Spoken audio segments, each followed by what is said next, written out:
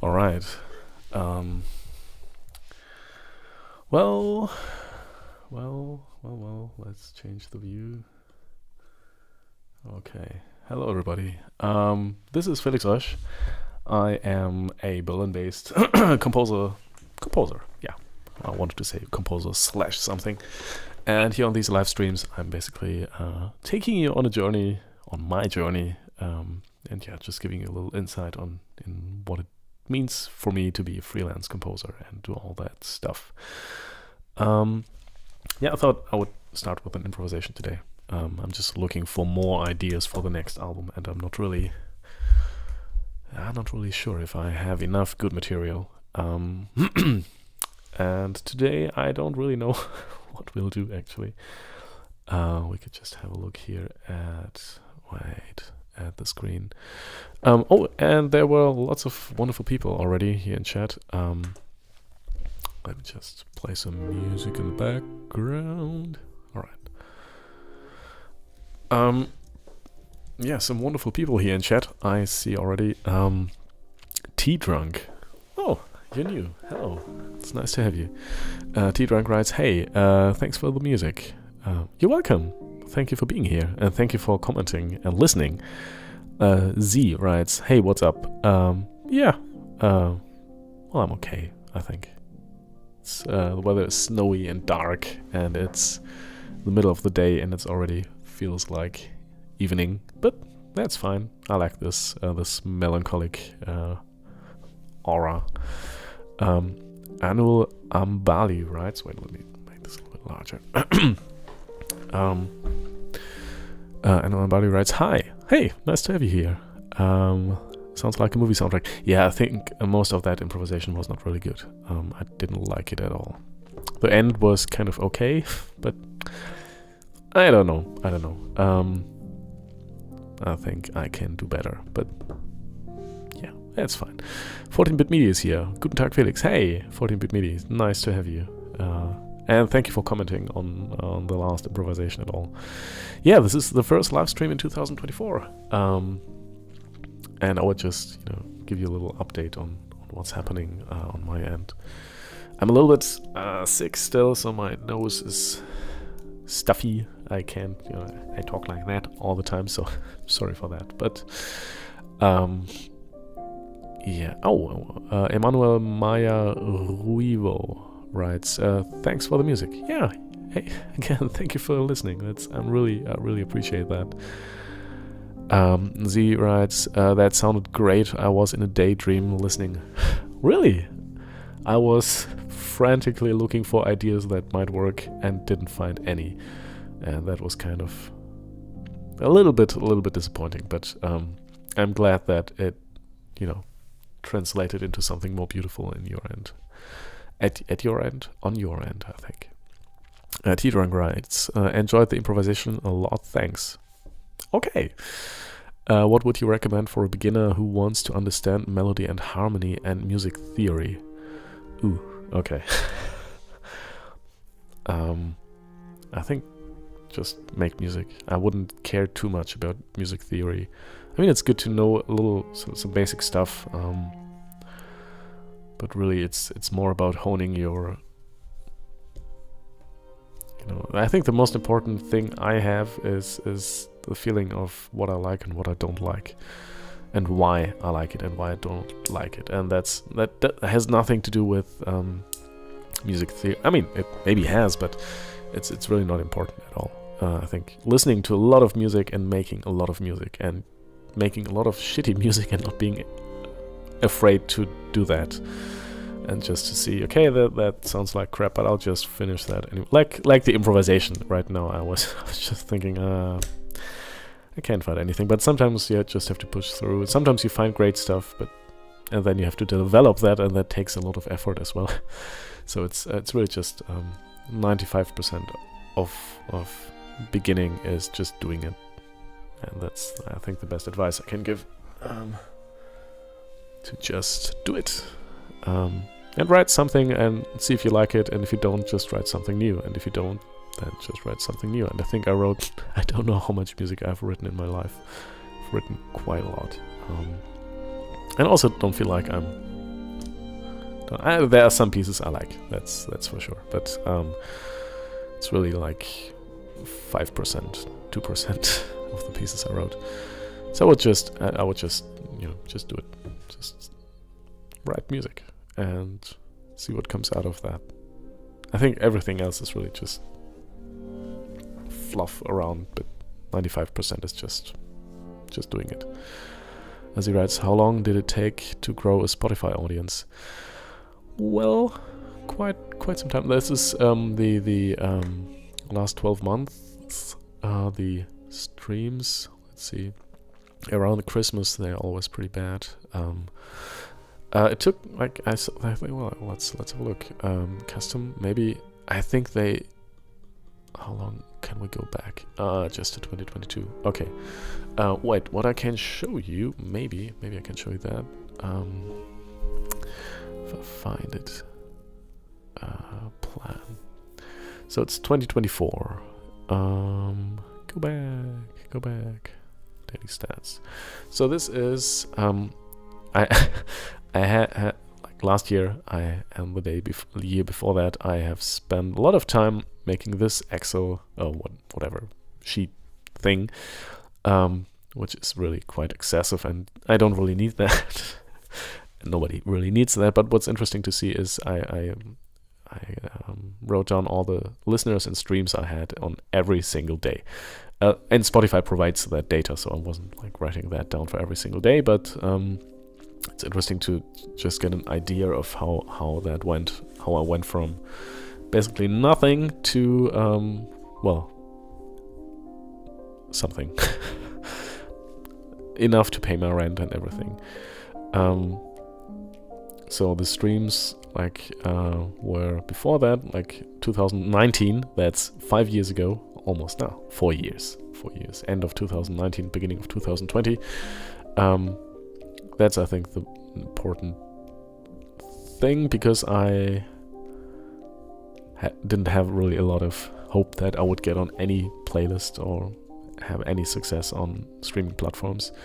But my daughter was born that year, and I thought I need to change something in my life, and I just started getting into how to market yourself on your tracks, especially on Instagram, and just took some tracks I had already lying around, just re-released them on Spotify, and had just a little campaign. I wouldn't say, just posted some stuff on Instagram, and just made, got from like 1,002 listeners a day, 0,003, maybe 6 listeners a day, and I got that up a little bit here. So their followers, some followers started growing here. One here, and so this little campaign just got the algorithm wiggling a bit, and then I just started releasing lots of other stuff. And then this happened here. I released a track which is called Philia. That's the mini album I released, which were 2 tracks which I had written in, I don't know, 5 years before that, or 8 years even, a very long time, just 2 tracks. And yeah, when I released them, I got a little more streams. So, and then I gave up because it didn't really work. It was at like 200 monthly listeners or 400 at some point, but I still kept making music and releasing stuff. And then I released one track, Becoming Ocean, and that actually got on a playlist. But that took quite a while. And then things started growing a little bit, not just a little bit, but much faster, which, and then I just kept releasing stuff. Just kept writing music. And one thing I tried, and which did not really work, is to just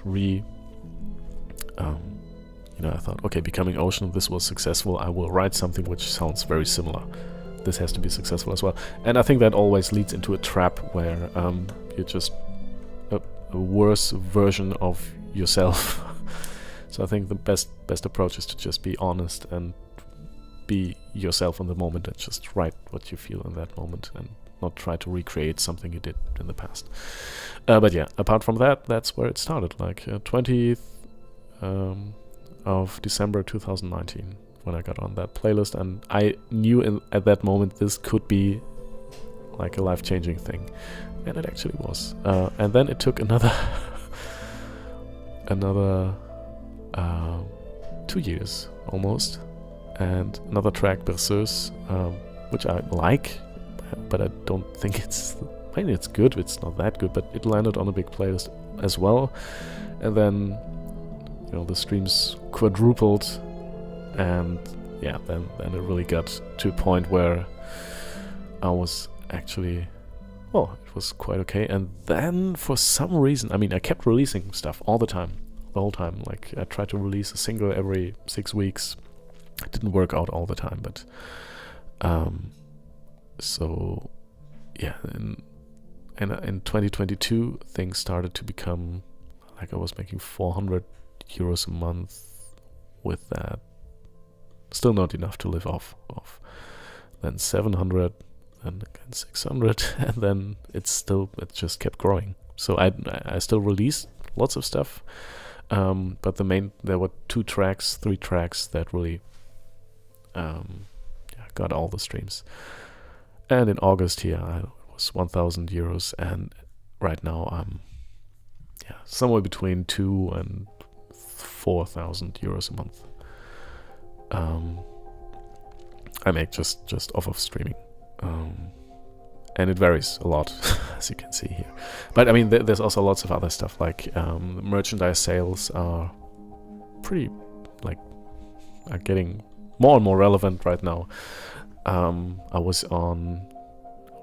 also got on Apple Music playlists, and yeah, so there's lots of stuff. But I think the most important thing was always just to keep on making music and releasing that, and try to market that as well, and obviously use the tools Spotify gives you.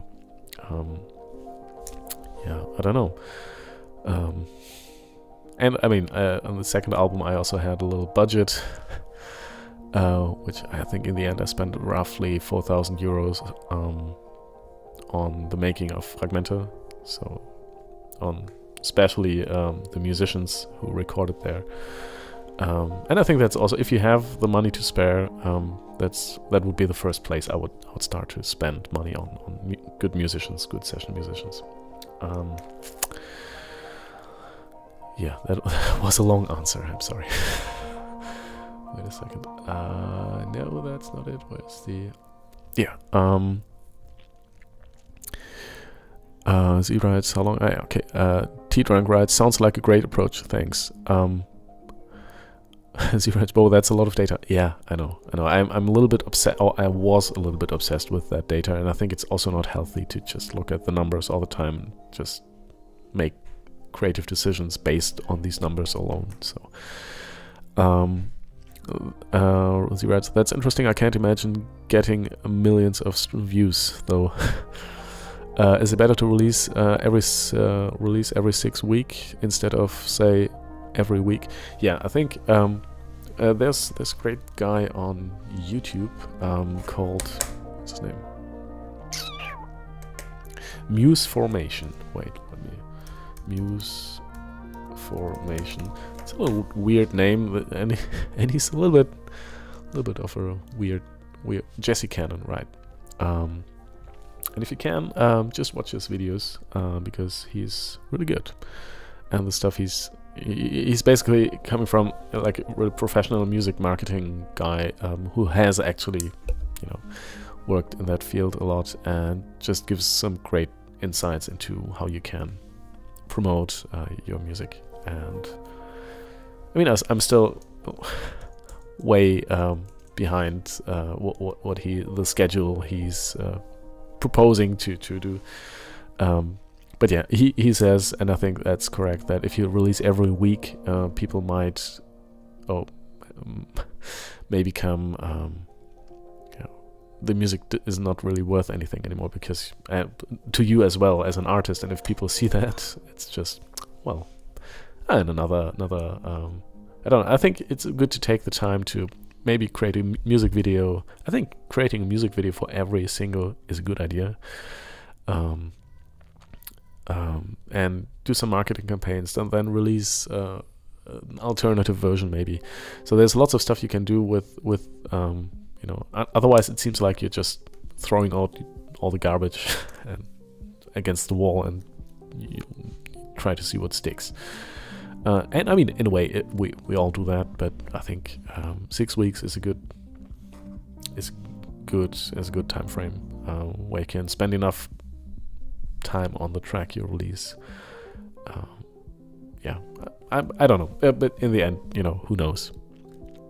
I just did that because it's also you can also do that. I would not be able to release one good track every week. That's just not possible for me. Just because I couldn't do it, I could try, but that would be very. I don't know if the tracks would be that good. Yeah. I don't know what else to. I think what I want to use this stream for is just to. I actually don't know. I think we don't have enough time to write to get into the making of one of these tracks or to get to actually making music. So I think if there are no questions left, I would end the stream here. And this was basically for me. I had to do my taxes in the morning, and it took all day. So I don't know. I'm a little bit exhausted right now. And I just wanted to make some music and improvise. And to be honest, it was a little bit disappointing because the improvisation just wasn't that good, I think. Or there was not that much, which I think I could use for a new album. Z-Rights, do you think you will stick to your genre or maybe try something different, maybe with vocals? Yeah, I don't know. I have a problem with vocals because then you need text. And everything apart from no da da da da da is something I'm not really good at. So I don't know. I think then it becomes very concrete. Like language is very concrete. And the wonderful thing I love about music is that you can say so much deep stuff. Without using a word at all, and it means something else to everybody. But in its core, there's some kind of common core. And as soon as I try to use words, you kind of lose that, I think, because then it suddenly is something much more concrete. So I don't know. What I would try to do, what I would love to do is just to incorporate more electronics and synthesizer stuff, because I don't know, I feel like that's something I gravitate to and that I like really a lot, and I haven't been doing too much lately, also on the last album. So yeah, that's something I would change, but changing the whole genre, I mean, I also love to make some progressive grunge metal stuff. I would also love to do that, and I did that in my youth. Yeah, you could say that. I'm 30 something. So, but no, I think I will mostly stick to that. Maybe some other instruments. I would love to do more with woodwinds, maybe more vocals, but never with text, I think. Yeah. Emmanuel writes, would you consider collaborating on music videos with other artists?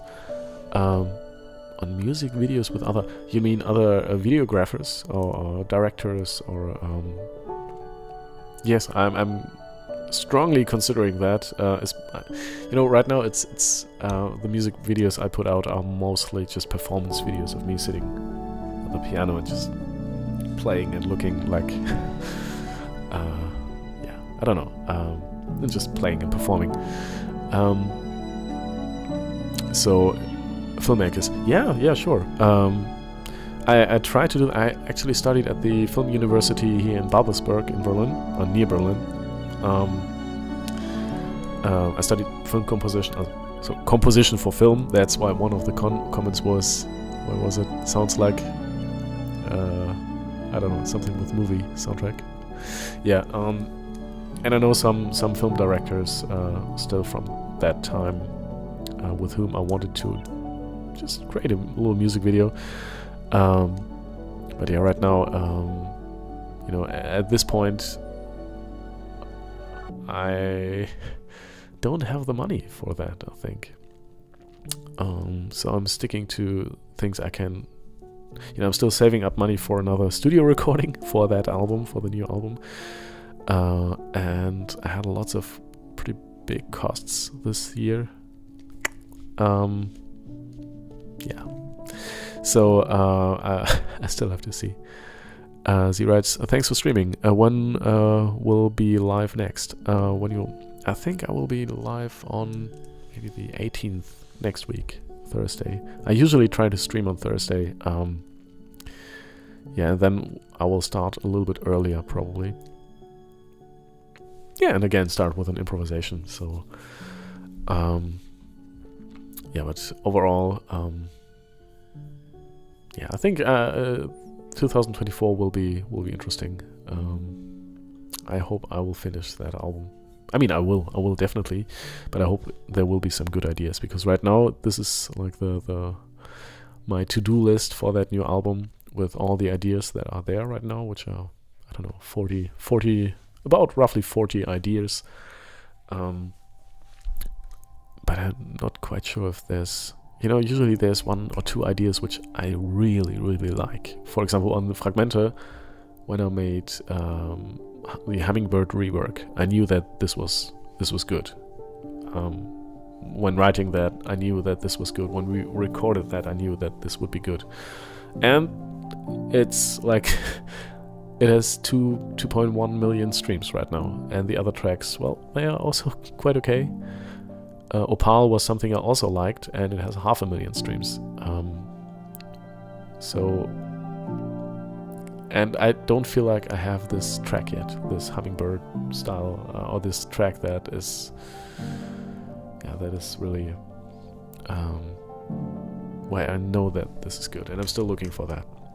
This one track, and I think maybe that's crazy or that's not healthy to do that, but I still would like to look just a little longer for ideas that could become that one track.